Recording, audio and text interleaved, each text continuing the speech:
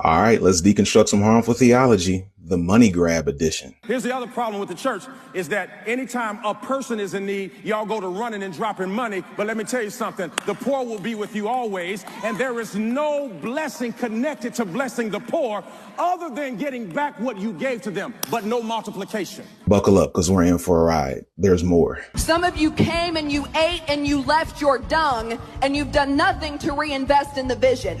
You're a reprobate. You better talk to those preachers out there. The Bible calls you a reprobate. Prophesy, prophet. I've been on sabbatical, so we're making up for lost time. There's one more. We're the only people who insist on working from home because we are more interested in our convenience than our productivity. Never mind the fact that you have brought about the biggest calamity in the history of America with real estate.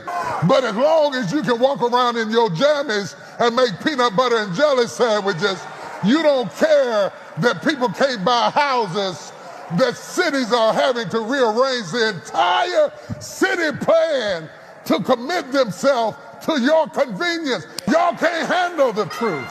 I know many of you want me to provide theological arguments against this kind of spiritual malpractice. You want to know what's the biblical argument to shut down financial manipulation like this. So when you give $1 to somebody on the street talking about I did my job, God like, thank you, but it ain't gonna help you. Read your Bible. You know you're down bad when Tiffany Montgomery's unstable ass makes a valid critique of your theology. But I'm not going to talk about the multiple scriptures that emphasize supporting the impoverished. Instead, above my head, you're going to see various scriptures that we could unpack if we had the time. But here it is. I don't think this is a theological issue. I don't think there's a Bible verse you can effectively use against this type of financial manipulation. This isn't an issue of sound doctrine. As far as I'm concerned, this is a heart issue, and I'm going to break that down by the numbers in just a second. You can make a lot of critiques of me. From your limited understanding of me, you could argue that I don't like the church. You could argue that I don't like God. You could argue that I don't like the Bible. You would be wrong in making all of those arguments, but I can see how you would get there based on your belief system. But what you can't do is argue that I don't care about people. The people have always been at the center of my ministry, and that is where my issue lies. These pastors are showing a gross disregard for the people. This rhetoric is coming from wealthy pastors to their financially strapped followers. The word that comes to mind when I watch them is callous. If you need a refresher on what callous means, I'm going to take a break from the running list of scriptures above my head to give you the definition.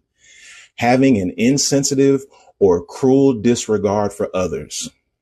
Now, for the people who are mad, if you have positive personal experiences with any of these preachers, I'm not here to discredit those personal experiences, but who they are to you does not dictate who they are to others. Diddy's kids probably consider him to be a loving father, while dozens of others know him to be a violent sexual predator. Side note, according to the Bible, this is the real reason Sodom and Gomorrah were destroyed. Here's what I mean by callous. All three of these pastors are primarily speaking to financially strapped Black people. I'm a numbers guy, so let's call the roll. The average Black household in the U.S. makes $51,000 a year. After taxes, that's $41,000 in take-home pay. That's $3,400 a month. Now, let's deduct the expenses in this hellfire economy. The average mortgage is $2,200. The average rent is $1,740. Let's use the lower number. Deduct $1,740 from $3,400. That leaves you with $1,660 in take-home pay. The average car note is $734. Once you deduct that, that leaves you with $926 in take-home pay. The average monthly grocery bill for one person is $400. That leaves you with $526. And heaven forbid you have to pay for daycare. The average monthly cost is $1,300. That puts the average Black household in the hole $774 a month after rent, car note, groceries, and daycare. Now, you name in the comments which expenses I left off the list. Again, This is based on $51,000 a year, but 1 in 5 black households live below the poverty line, which is $29,000 a year. That means the majority of the people in these congregations are struggling just to get by from month to month. Meanwhile, each of these pastors are millionaires, and they're using their platforms to chastise their audience about personal finances.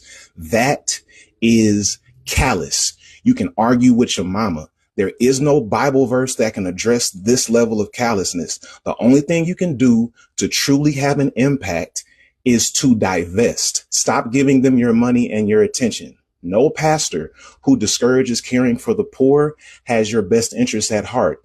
No pastor who shames you for working from the home that you can barely afford to pay for has your best interests at heart.